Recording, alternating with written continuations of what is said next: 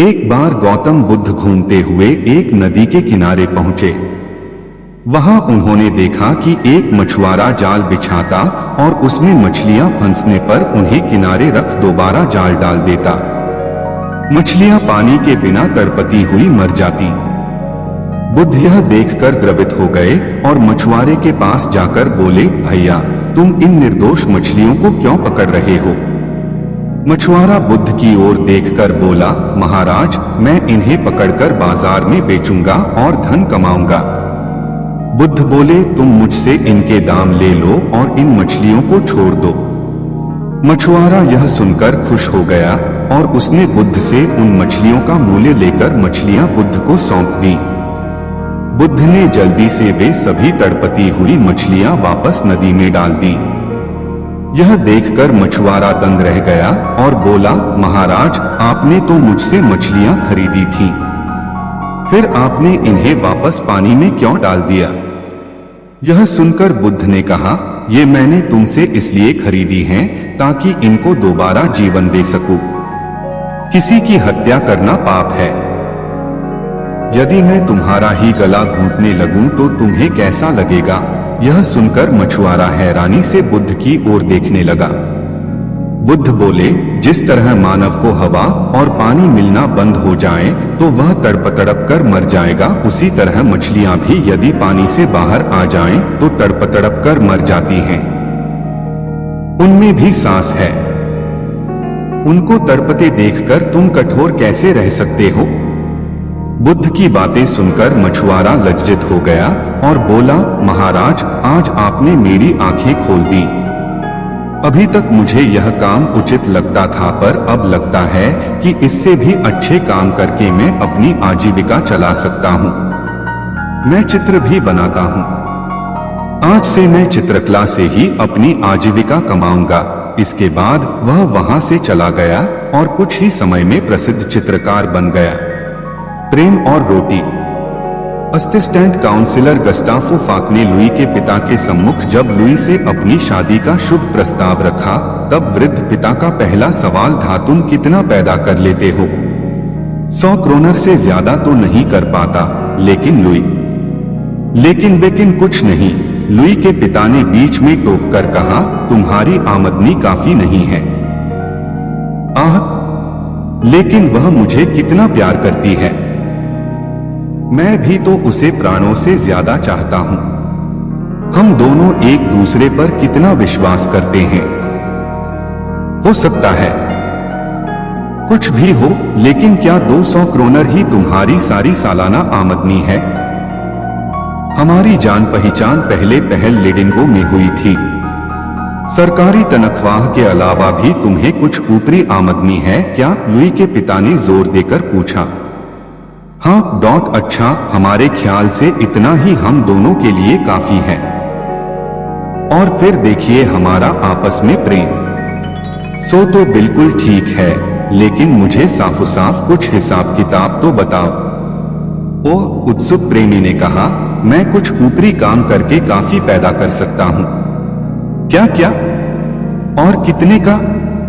मैं फ्रेंच पढ़ा सकता हूँ और अनुवाद भी कर सकता हूँ, और फिर मैं प्रूफ रीडिंग से भी तो कुछ पैदा कर सकता हूँ। कितना अनुवाद कर सकते हो? पेंसिल हाथ में उठाकर वृद्ध ने पूछा। यह तो ठीक नहीं बतला सकता, लेकिन फिलहाल मैं एक फ्रेंच की किताब का अनुवाद 10 क्रोनर फी फुर्मे के हिसाब से कर रहा हूँ।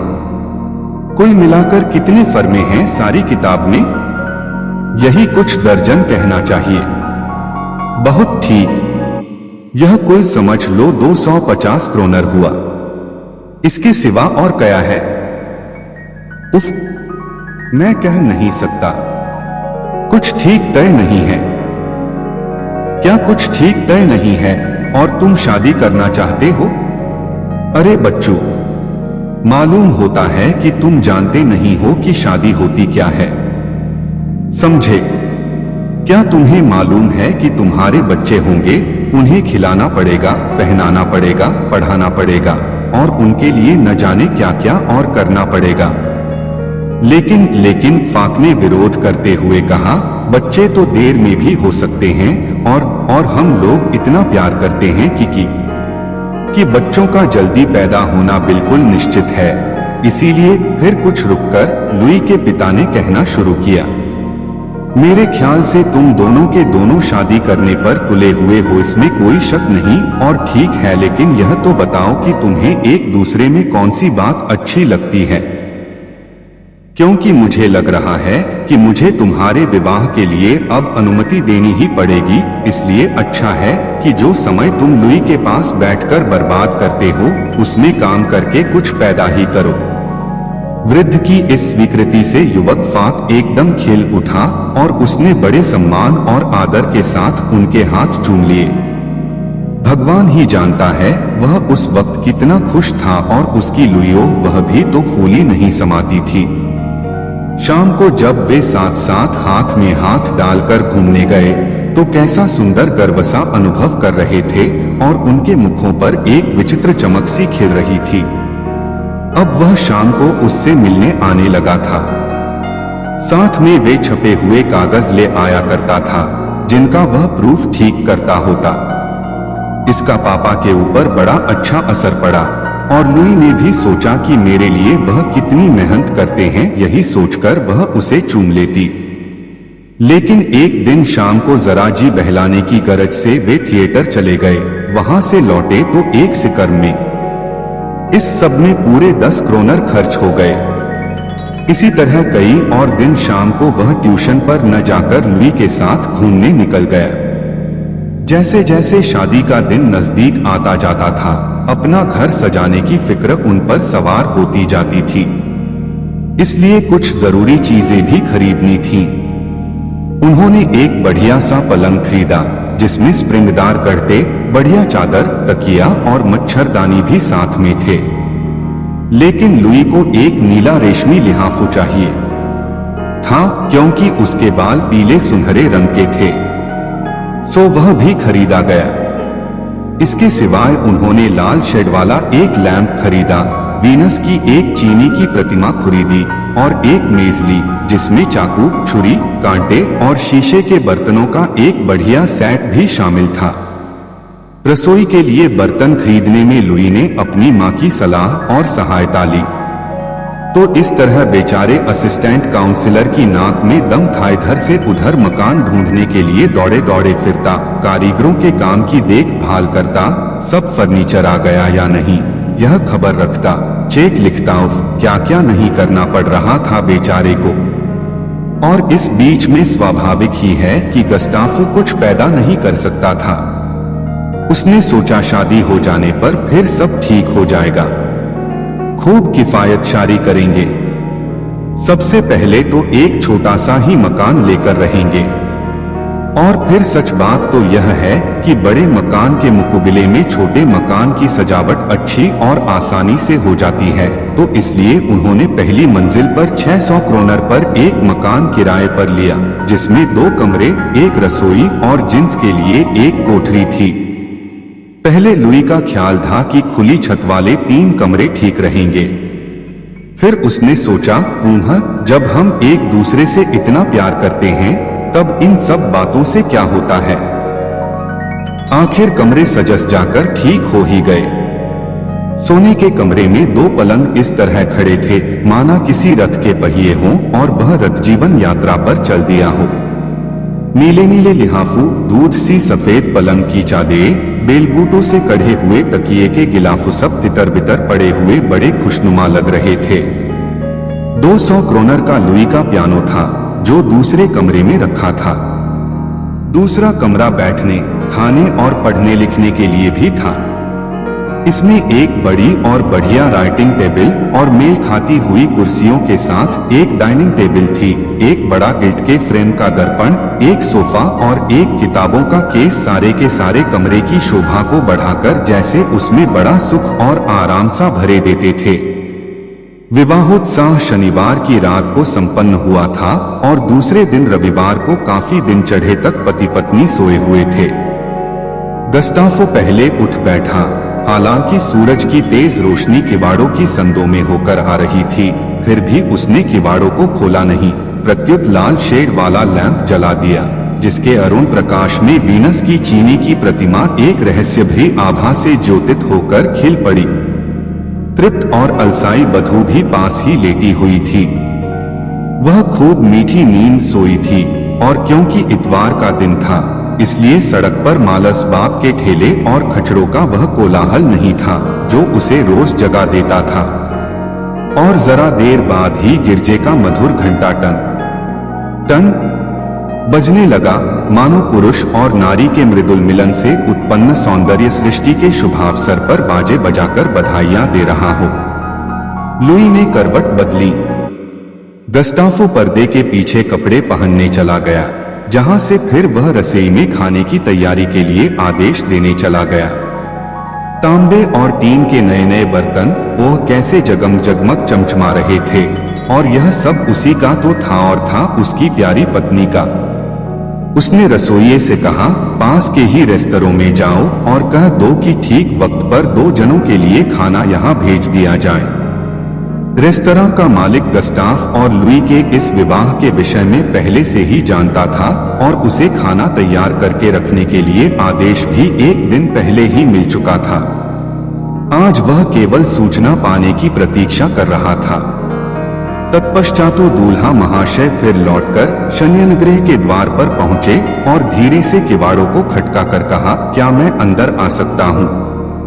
एक हल्की सी चीख सुनाई पड़ी और फिर ही प्रियतम जरा बस ठहर जाओ। इस बीच में गस्टाफ मेज उठाकर रखता है, उस पर एक सफेद चिट्टा मिचपोश डालकर शीशे और चीनी के बर्तन, छुरियां, चाकू और कांटे सब कुछ सजाकर रख देता है। जैसे ही लुई ने कमरे में पदार्पण किया, सूर्य की रजत रश्मियों ने उसके गालों और सुनहरी केशों को चूमकर उसका स्वागत किया। लेकिन वह अब भी थकी हुई थी, इसलिए गस्टाफ ने उसे अपनी भुजाओं में भरकर आराम कुर्सी पर बैठाल दिया और आराम कुर्सी को सरकाकर उसमें पहिए लगे हुए थे टेबल के पास ले गया। फिर थोड़ी सी शराब लुई को चखाई, जिससे वह चैतन्य हो गई।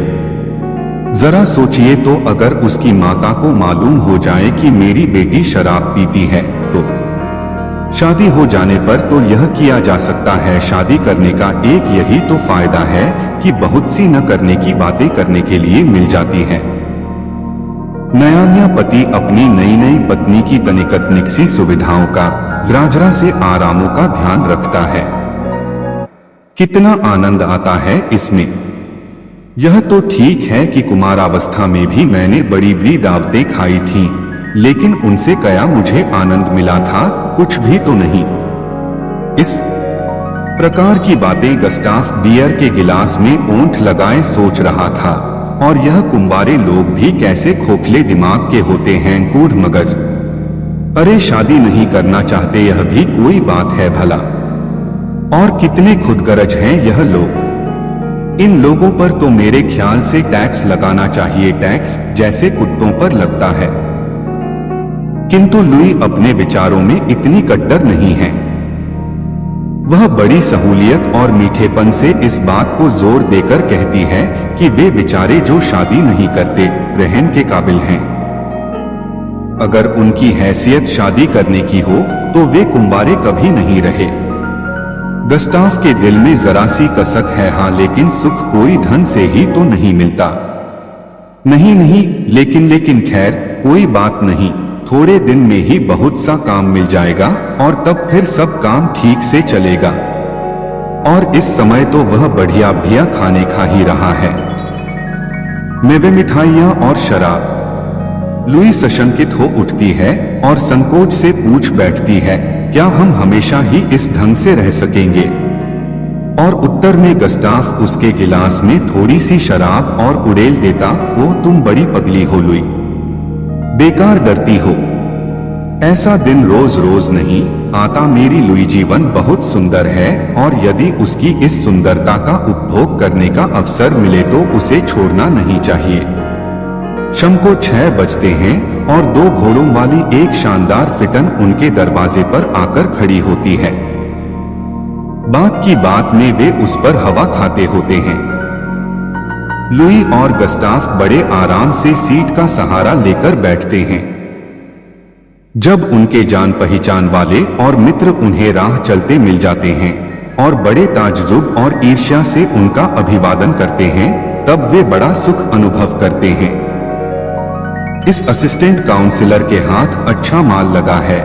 एक तो बीबी मिली और ऊपर से रुपए वाली, साथ ही वे यह जरूर सोचते होंगे और हम गरीब लोगों को पैदल धूल फांकते चलना पड़ता है। घोड़ा गाड़ी पर चढ़कर चलने में कितना मजा आता होगा। मखमली गद्दोंदार सीटों पर बैठे बैठे चले जाइए, बिना किसी जरा सी भी तकलीफ के, बिना कोई मेहनत किए हुए। सुखी विवाहित जीवन की प्रतीक है यह घोड़ा गाड़ी। तो इस तरह उनका पहला महीना रासरंग, नाचत माशो और दावतों में ही बीता। फिर भी जो समय वे घर पर व्यतीत करते थे वह सबसे अधिक आनंदप्रद होता। रात में लुई को अपने ससुर के घर से लाने में एक अजब तरह का आनंद गस्टा को आता। घर लौटकर वे जो चाहे सो करते, थोड़ा सा कुछ खाना तैयार करते, फिर खा पी कर काफी रात गए तक गपशप लड़ाते। गस्टाफ हमेशा कम खर्च करने के पक्ष में रहता, कम से कम उसका ऐसा ख्याल जरूर था। हालांकि व्यवहार में इस पक्ष के विरुद्ध कार्य करने में उसे कृतई कोई मुसीबत नहीं मालूम पड़ती थी। एक दिन नई दुल्हन और रसोइये ने मिलकर भुनी मछली में उबले हुए आलू मिलाकर तरकारी बनाई, लेकिन वह गस्टाफ को पसंद नहीं आई। जब एक दिन फिर लुई ने वही तरकारी तैयार की, तब उसने बाजार जाकर 1.5 क्रोनर की कुछ बढेरे खरीद ली और सोचा कि मैंने बहुत सस्ता सौदा पटा लिया। लेकिन घर पहुंचा तो लुई ने उल्टी ही बात कही। उसने कहा, तुम ठग आए और फिर शिकार खाना फिजूल खर्ची करना है। फिर लुई ने सोचा कि इतनी छोटी छोटी सी बात के लिए पति से विरोध करने से काम कैसे चल सकता है। कुछ महीनों बाद लुई फाक की तबीयत खराब हो गई, लेकिन बात क्या थी यह किसी की समझ में नहीं आता था। क्या सर्दी लग गई? क्या पीतल या तांबे के बर्तनों में खटाई की कोई चीज भूल से रखने की वजह से जहरीली हो गई होगी और उसे लुई शायद खा गई हो। डॉक्टर को लुई को देखने के लिए बुलाया गया। उसने खूब अच्छी तरह परीक्षा करने के बाद कहा, कुछ भी तो बीमारी नहीं है, और ठट्टा मारकर हंस पड़ा। लेकिन लुई तो बहुत बीमार थी। शायद दीवार के कागज में संख्या आ रही हो और वह हवा में उड़कर उसकी सांसों द्वारा अंदर पेट में पहुंच गई हो। इसलिए गस्टाफो दीवार का कुछ कागज छुड़ाकर एक केमिस्ट के यहाँ ले गया और उसने कहा कि इसका ठीक से बारीक विश्लेषण करो। और केमिस्ट के वैज्ञानिक विश्लेषक ने घोषणा की कि इस कागज में किसी तरह की कोई भी जहरीली चीज नहीं है। लुई की बीमारी कम नहीं हो रही थी। किताबें पढ़ना शुरू की और उसे लुई की बीमारी बुक दंद डॉक्टर लगी। बस उसने अपना इलाज करना शुरू कर दिया। उसके कमरसी धोए जाते थे और 1 महीने के अंदर अंदर उसकी दशा सुधरती ही हुई हो। यह सब कुछ तो अकस्मात ही हो न गया। इतनी जल्दी यह कुछ हो जाएगा, यह तो पापा और मामा ने भी नहीं सोचा होगा। लोग उन्हें क्या खुशी न होगी। और जो बच्चा होगा वह लड़का तो जरूर ही होगा, इसमें भी भला कोई शक हो सकता है। तो फिर उसका अभी से नाम भी सोच लेनी जरूरी है। यह सब तो लुई ने सोचा और खुशी से फूल गई, लेकिन उसने यह भी सोचा कि खर्च का क्या प्रबंध होगा।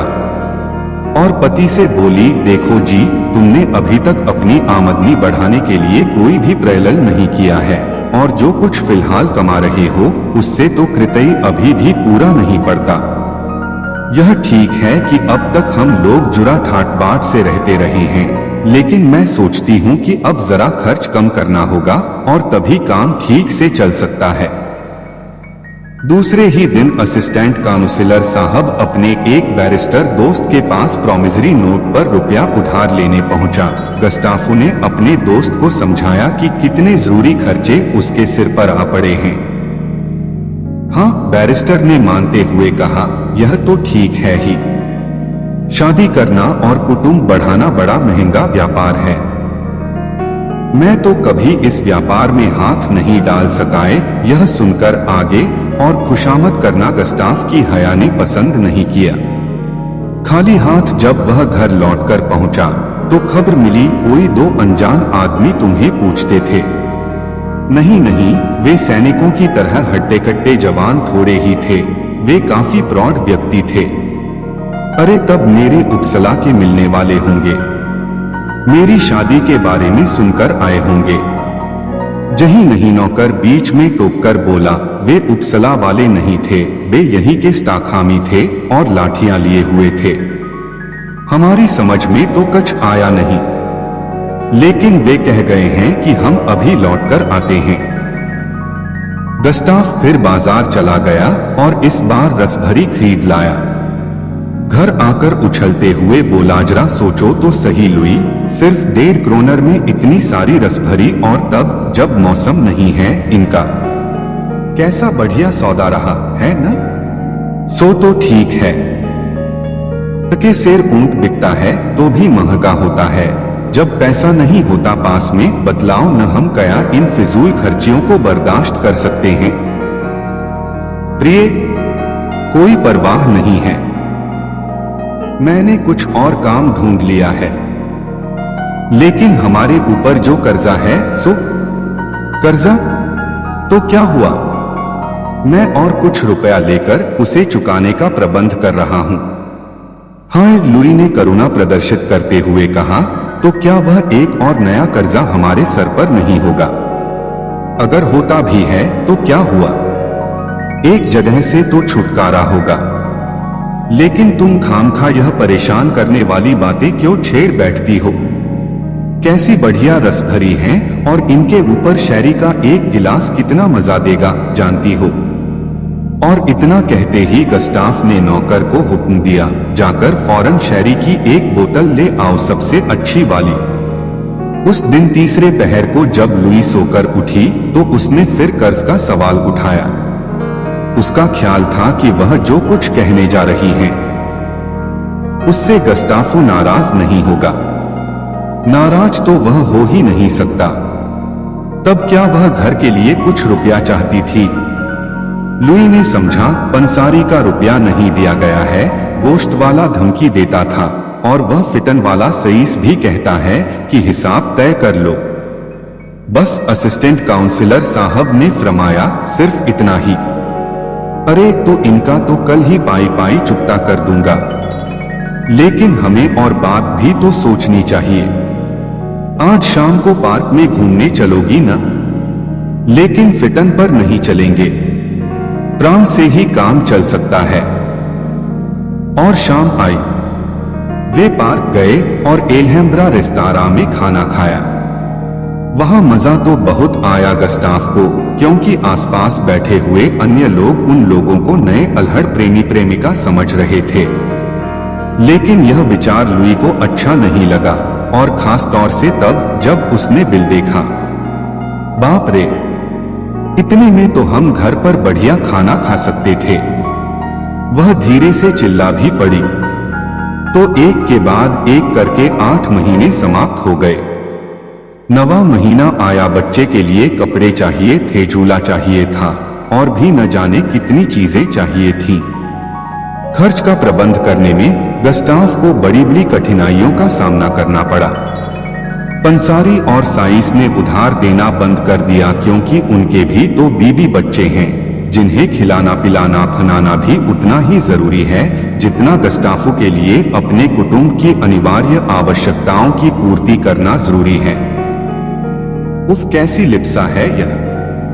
आखिर वह शुभ दिन भी आ ही गया।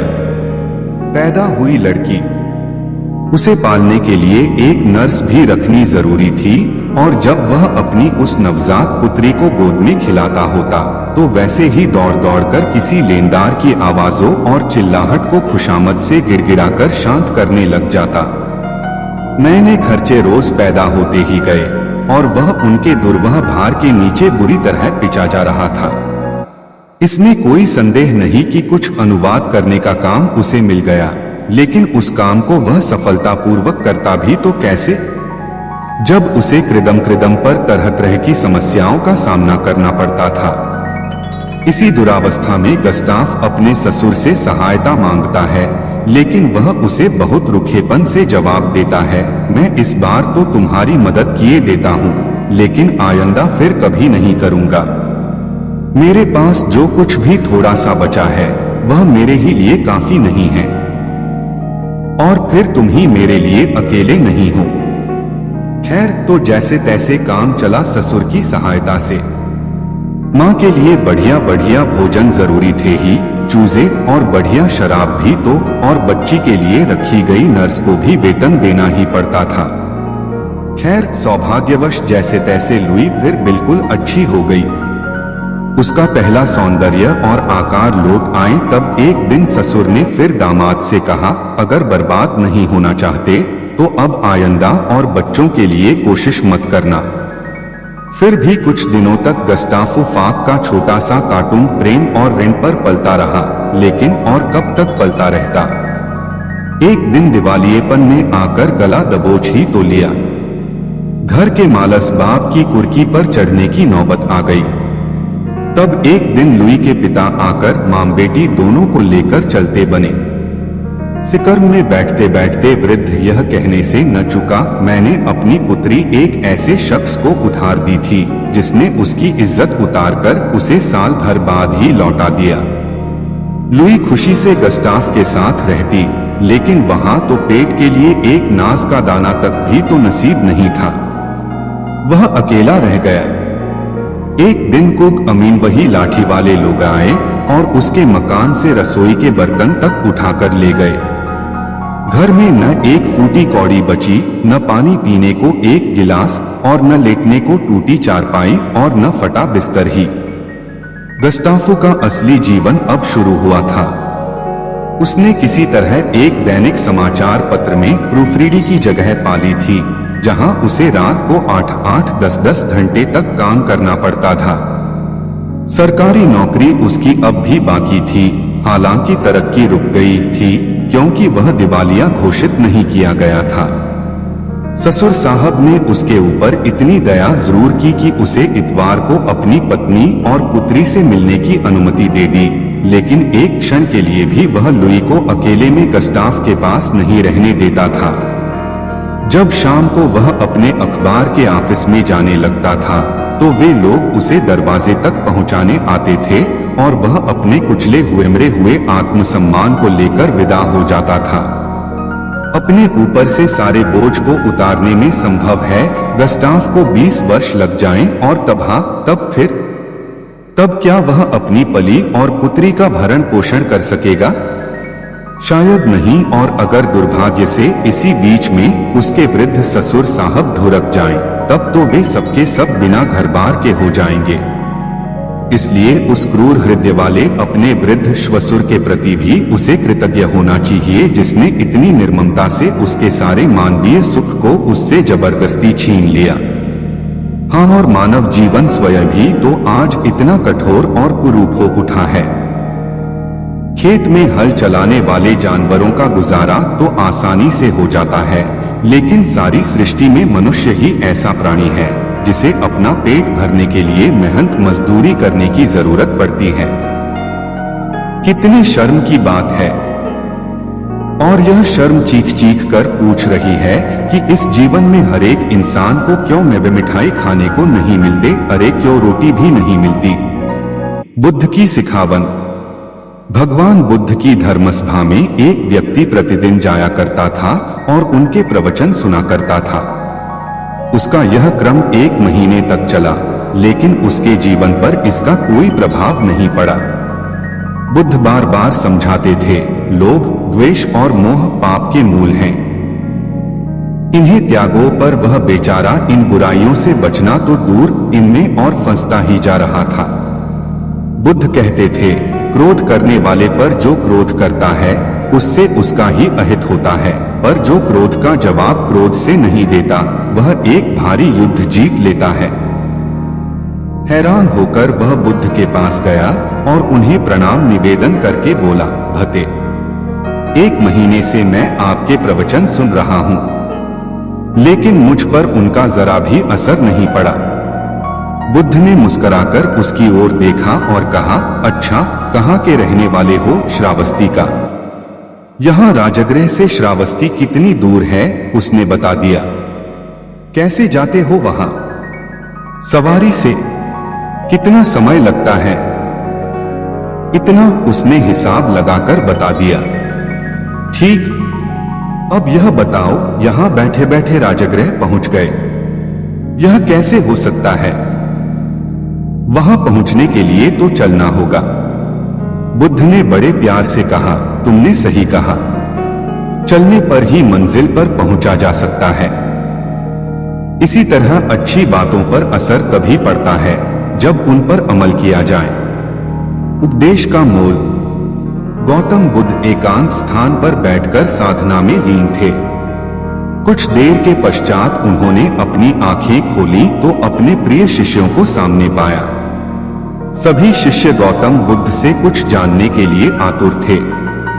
एक शिष्य ने आगे बढ़कर कहा, भंते, हम जानना चाहते हैं कि उपदेशों का वास्तविक मोल क्या होता है। शिष्यों को संबोधित करते हुए भगवान बुद्ध बोले, यह आवश्यक नहीं कि कोई भी साधु संत पूर्ण व्याख्या करके ही उपदेश दे, बल्कि वह किसी भी कार्य अथवा इशारे मात्र से भी उपदेश का महत्व समझा सकता है। इसी विषय में मैं तुम्हें एक कथा सुनाता हूँ, सुनो। किसी नगर में एक सेठ रहता था। उसके पास अपार धन था। उसका व्यापार दूर दूर तक फैला हुआ था। एक दिन एक साधु उसके दरवाजे पर भिक्षा मांगने के लिए आया। सेठ ने उसे भिक्षा दे दी। भिक्षा लेकर जब साधु जाने लगा तो सेठ ने उसे रोककर कहा, महाराज, मुझे कुछ उपदेश तो देते जाइए। साधु ने उसकी ओर देखा और बोला, हफ्ते भर बाद आज ही के दिन मैं फिर आऊंगा, तब उपदेश दूंगा। अपने वादे के अनुसार अगले हफ्ते साधु आया। सेठ तो उसकी राह ही देख रहा था। उसने उसे देने के लिए तरह तरह के पकवान तैयार करवा रखे थे। साधु ने उसके आगे अपना कमंडल कर दिया, लेकिन सेठ जैसे ही उसमें कुछ पकवान डालने को हुआ कि उसका हाथ वहीं का वहीं रुक गया। बोला, स्वामी जी, इसमें तो कूड़ा है।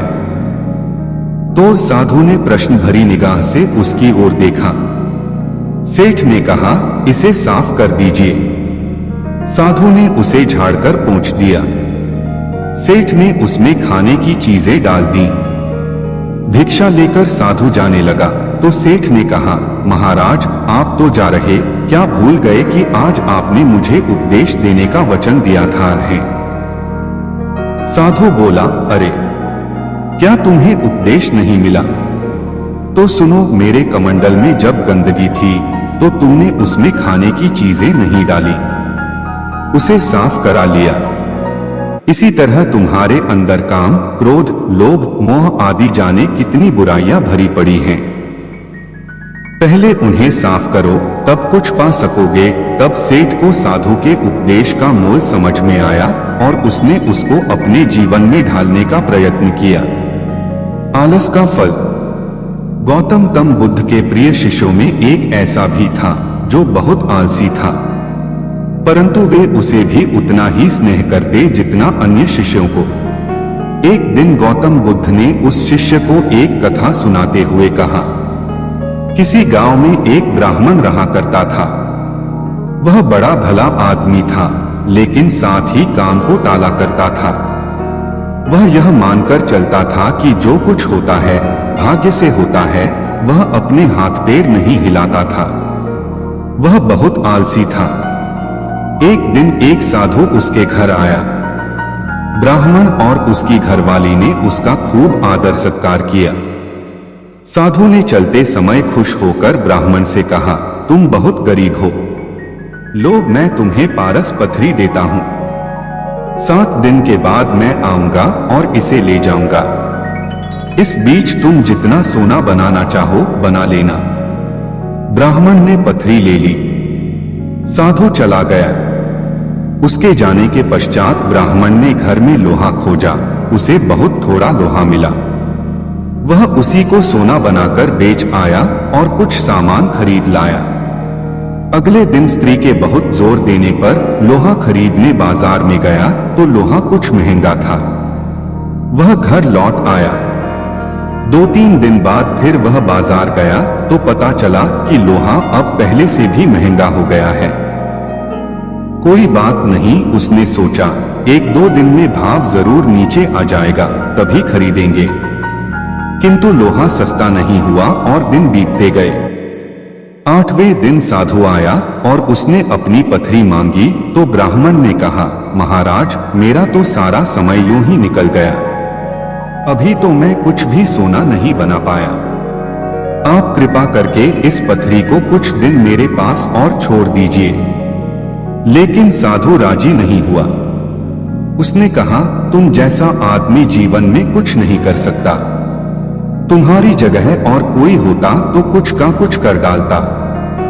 जो आदमी समय का उपयोग नहीं जानता वह कभी सफल नहीं होता। ब्राह्मण पछताने लगा, पर अब क्या हो सकता था। साधु पथरी लेकर जा चुका था।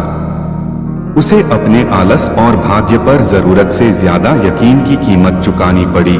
इसलिए कहा जाता है कि आलस आदमी का सबसे बड़ा दुश्मन होता है। शिष्य अब बुद्ध के कहने का तात्पर्य समझ चुका था। उसने कसम खाई कि वह आज के बाद आलस को त्याग देगा। इसके पश्चात उसने कभी आलस नहीं किया। सांच को आंच नहीं। एक दिन भगवान बुद्ध अपने शिष्यों को सच का उपदेश दे रहे थे। सच्चाई पर आधारित कथा सुनाते हुए भगवान बुद्ध बोले, किसी नगर में एक जुलाहा रहता था। वह बहुत बढ़िया कंबल तैयार करता था। एक दिन उसने एक साहूकार को 2 कंबल दिए। साहूकार ने 2 दिन बाद उनका दाम ले जाने को कहा। साहूकार दिखाने को तो धर्म क्रम करता था, माथे पर तिलक लगाता था, लेकिन मन उसका मैला था। वह अपना रोजगार छलकपट से चलाता था। 2 दिन बाद जुलाहा अपना पैसा लेने आया तो साहूकार ने कहा, मेरे यहाँ आग लग गई, उसमें दोनों कंबल जल गए, तो अब मैं दाम क्यों दूं? जुलाहा बोला, यह नहीं हो सकता, मेरा धंधा सच्चाई पर चलता है और सच में कभी आग नहीं लग सकती। जुलाहे के कंधे पर एक कंबल पड़ा था। उसे सामने करते हुए उसने कहा, यह लो, लगाओ इसमें आग। साहूकार बोला, मेरे यहाँ कंबलों के पास मिट्टी का तेल रखा था, कंबल उसमें भीग गए थे इसलिए जल गए। जुलाहे ने कहा, तो इसे भी मिट्टी के तेल में भिगो लो। काफी लोग वहां इकट्ठे हो गए। सबके सामने कंबल को मिट्टी के तेल में भिगोकर आग लगा दी गई। लोगों ने देखा कि तेल जल गया, लेकिन कंबल जैसा था वैसा बना रहा। जुलाहे ने कहा, याद रखो, सांच को आंच नहीं। साहूकार ने लज्जा से सिर झुका लिया और जुलाहे के पैसे चुका दिए। सच ही कहा है कि जिसके साथ सच होता है उसका साथ तो भगवान भी नहीं छोड़ता। बिना सेवा विद्या नाही। धीरे धीरे शाम ढलती जा रही थी। अंधेरा गहराता जा रहा था। बुद्ध के शिष्यों के चेहरों पर थकान साफ झलक रही थी। बुद्ध समझ चुके थे कि शिष्यों को विश्राम की आवश्यकता है। अतः उन्होंने एक सुरक्षित स्थान देखकर शिष्यों को रुकने का आदेश दिया। कुछ समय पश्चात एक शिष्य ने बुद्ध से प्रश्न किया, भंते, क्या विद्या को किसी से बल द्वारा भी सीखा जा सकता है? कदापि नहीं, विद्या को केवल सेवा भाव से ही सीखा जा सकता है। इसी संबंध में मैं तुम्हें एक बहुत बलशाली राजा की कथा सुनाता हूँ, सुनो। एक फकीर था। वह जंगल में घासफूस की कुटिया बनाकर रहता था। उसे एक विद्या आती थी। वह पीतल को सोना बना देता था, लेकिन इस विद्या का प्रयोग वह तभी करता था जब उसे उसकी बहुत आवश्यकता होती थी, और वह भी गरीबों के फायदे के लिए। एक दिन एक बहुत ही गरीब ब्राह्मण उसके पास आया। उसको अपनी लड़की का विवाह करना था और उसके पास एक फूटी कौड़ी भी नहीं थी। उसने फकीर को अपनी परेशानी बताई। फकीर ने समझ लिया कि यह सचमुच परेशानी में है। उसने पीतल के एक बर्तन को सोने का बनाकर उसे दे दिया और कहा कि इस बर्तन को बेचकर उन रुपयों से अपनी बेटी का विवाह कर लेना।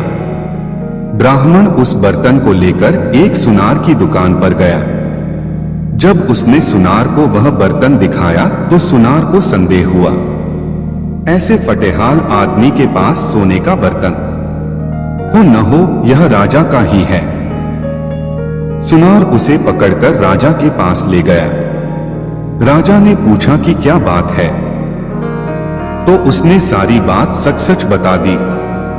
बात सुनकर राजा के मन में लालच आ गया। उसने सोचा, फकीर को बुलाकर यह विद्या अवश्य सीखनी चाहिए।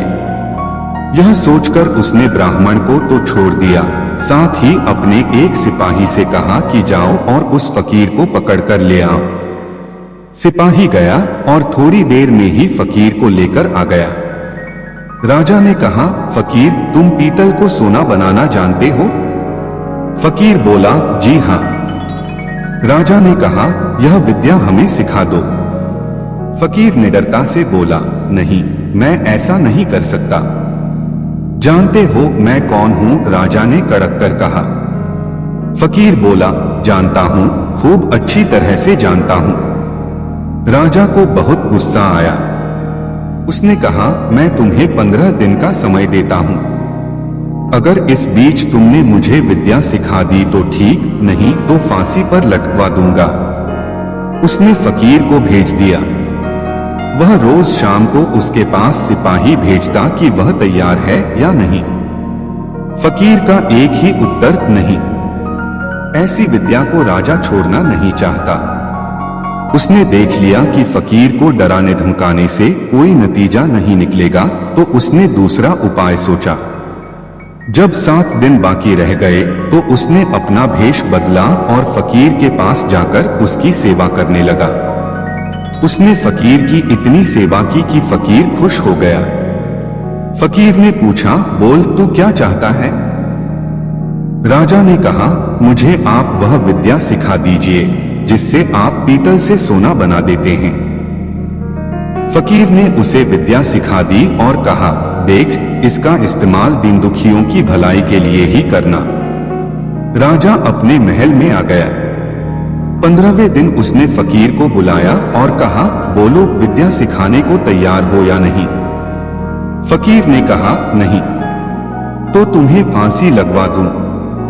जरूर।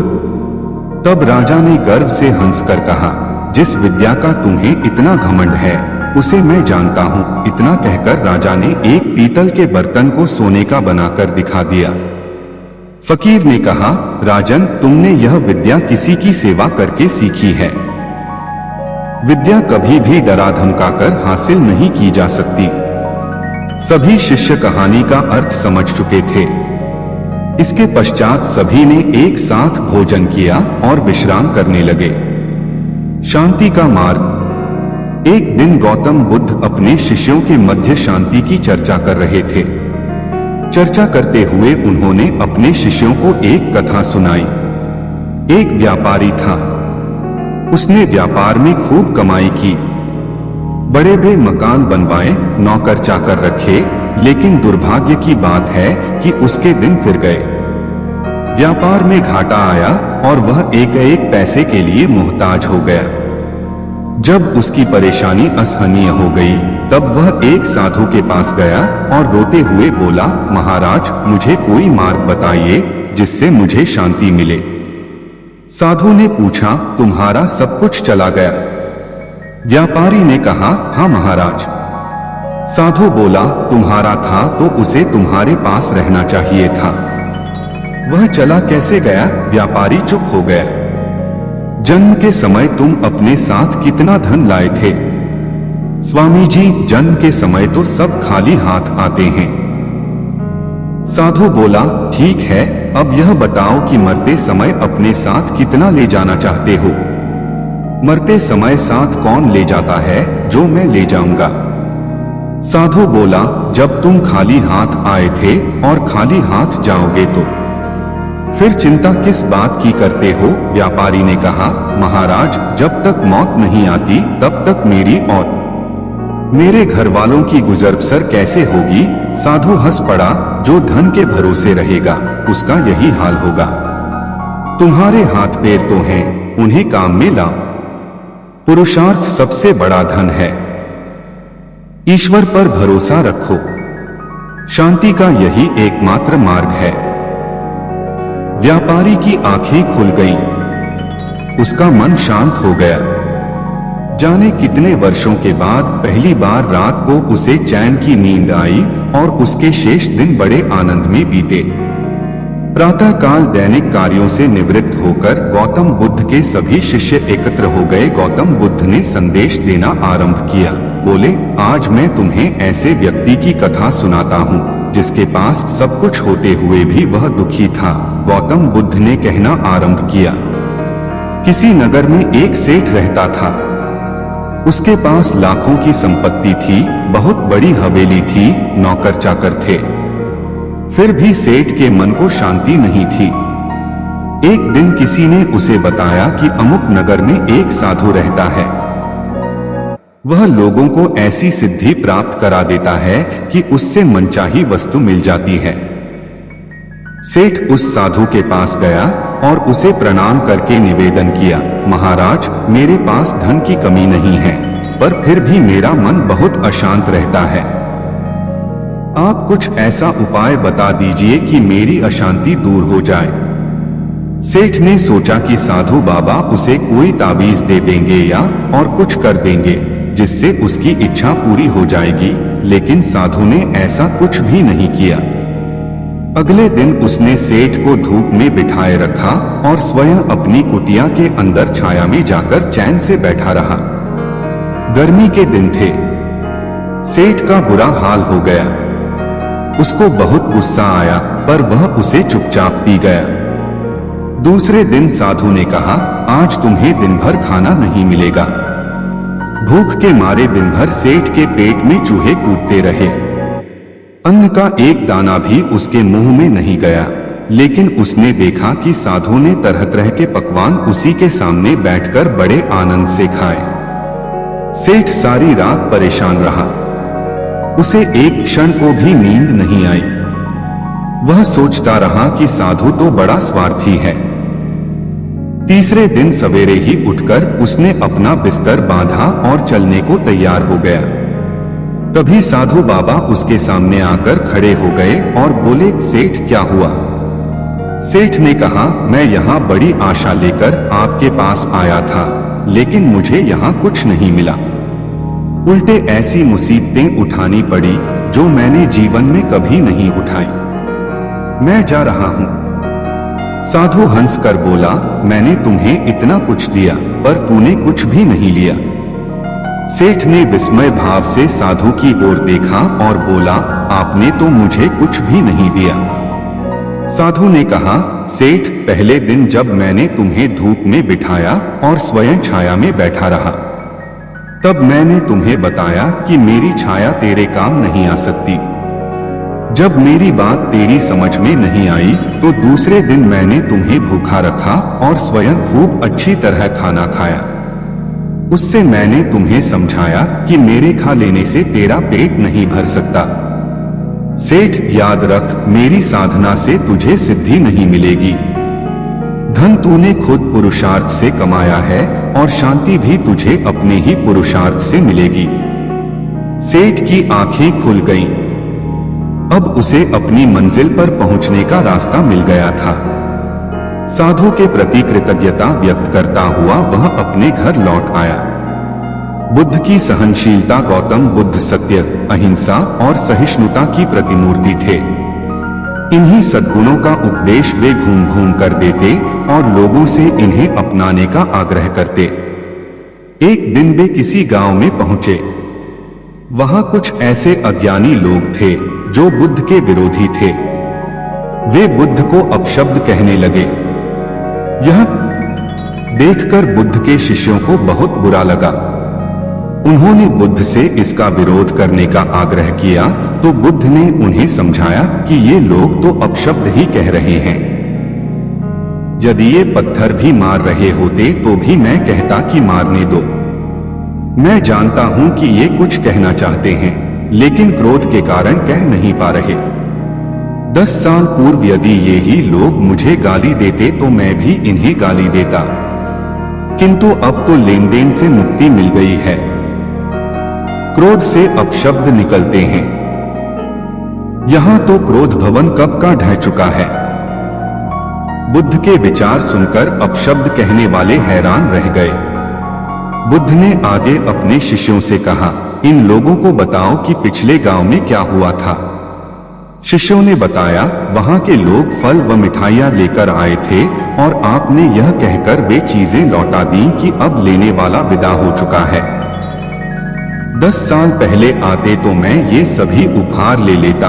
बुद्ध बोले, उन लोगों ने मिठाइयां गांव में बांट दी, लेकिन आप ये अपशब्द गांव में न बांटे। आप मुझे क्रोध नहीं दिला सकते। ठीक उस खूंटी की तरह जो किसी को नहीं टांगती, लोग उस पर वस्त्र अवश्य टांग देते हैं। कथा का सार यह है कि साक्षी भाव सच्चे संत की पहचान है। जो अच्छे बुरे, लाभ हानि, अंपनाप्राया के संकीर्ण भाव से मुक्त हो जाता है, उसे ही संतत्व की प्राप्ति होती है।